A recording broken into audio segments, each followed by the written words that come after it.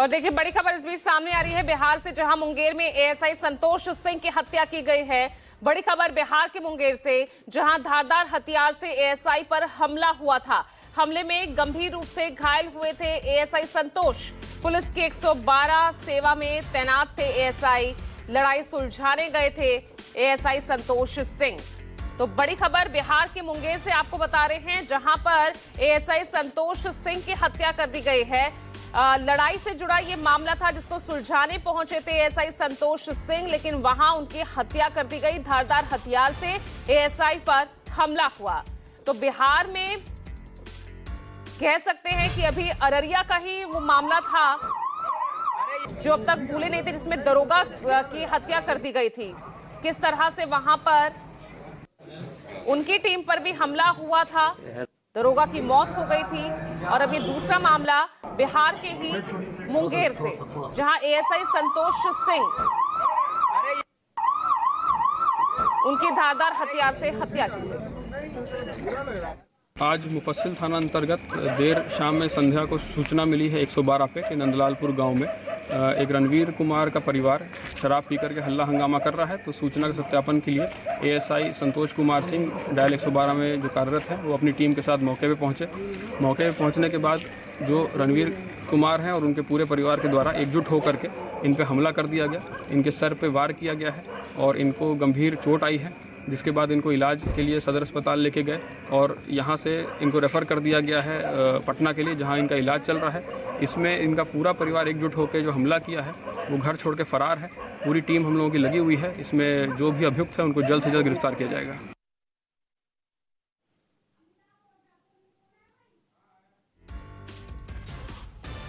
और ज्यादा जानकारी के साथ मेरे सहयोगी अमिताभ ओझा जुड़ रहे हैं फोन लाइन पर ही। अमिताभ, अभी अररिया का मामला भूले हुए कुछ दिन ही हुए कि यहां पर एक और मामला सामने आ जाता है, जहां मुंगेर में एएसआई संतोष सिंह की हत्या की जाती है। क्या पूरा मामला हुआ, क्या था यहाँ?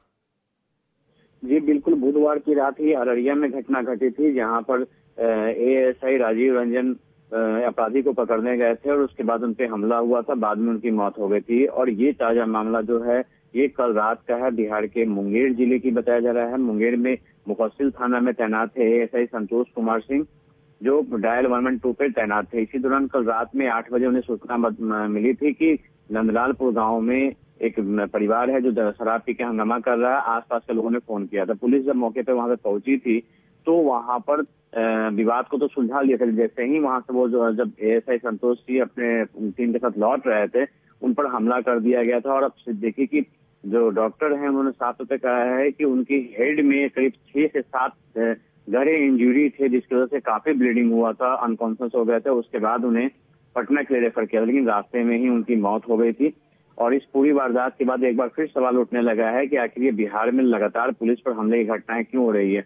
कहीं ना कहीं पुलिस का इकबाल खत्म हुआ, वर्दी का जो डर है वो खत्म हुआ, जिसके चलते इस तरह से लगातार घटनाएं घट रही हैं। क्योंकि केवल अररिया और मुंगेर ही नहीं कहेंगे, इससे पहले भी बेगूसराय में, पटना में और छपरा में पुलिस पर हमला हुए थे, मोतिहारी में हमले हुए थे। तो लगातार इस तरह की घटनाएं हुई और बिहार पुलिस स्टेशन ने भी इस मांग को लेकर उठाया था कि लगातार जो घटनाएं हो रही हैं उसके लिए एक व्यवस्था की जाए। क्योंकि कल भी जब विवाद सुलझाने के लिए ऐसे संतोष कुमार सिंह गए थे तो बताया जा रहा है कि उनके साथ पेट्रोलिंग गाड़ी में सिर्फ एक ड्राइवर और एक कांस्टेबल था। जब इतना सेंसिटिव माहौल चल रहा है, होली का माहौल था, तो इतने कम पूरी टीम साथ में नहीं थी। अगर पुलिसकर्मी साथ में होते तो शायद ऐसी घटना नहीं होती। ऐसा ही मामला अररिया की जांच में भी सामने आया है कि वहां भी जो एएसआई गए थे उनके साथ पूरी संख्या में टीम के मेंबर नहीं थे और बैकअप टीम नहीं थी, जिसकी वजह से ऐसी घटनाएं घटी हैं। तो निश्चित तौर से लगातार जो ऐसी घटनाएं हो रही हैं तो उससे बिहार पुलिस में जो वर्दी का जो खौफ था वो तो बिल्कुल जा ही रहा है और साथ में पुलिसकर्मी अपनी जान भी गंवा रहे हैं।